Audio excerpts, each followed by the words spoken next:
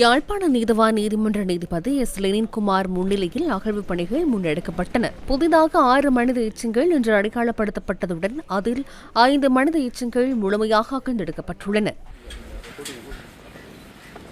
இந்த அகழ்வு பணியின் போது புதிதாக 6 மனித எண்பு தொகுதிகள் அடையாளப்படுத்தப்பட்டு 5 மனித எண்பு தொகுதிகள் அதிலிருந்து அகழ்ந்தெடுக்கப்பட்டு நீதிமன்ற கட்டுக்காவலுக்கு வழங்கப்பட்டிருக்கின்றன. மொத்தமாக 437 மனித எண்பு தொகுதிகள் இதுவரை அடையாளப்படுத்தப்பட்டிருக்கின்றன.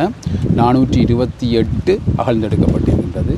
அதே நேரம் பிற சான்று பொருட்களாக வெள்ளை நிறத்திலான பாசிமணியும் மற்றது இரும்பு தகடு துண்டு ஒன்றும் வளையல் ஒன்றும் ஆக 3 பிற சான்று பொருட்கள் அகழ்ந்தெடுக்கப்பட்டன.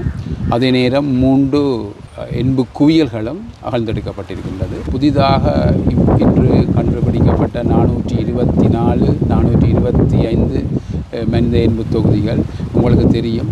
கூட்டமாக ஒன்றோடு சேர்ந்து ஒருமித்து அருகருகே மனித எண்புகள் காணப்படுகிறது.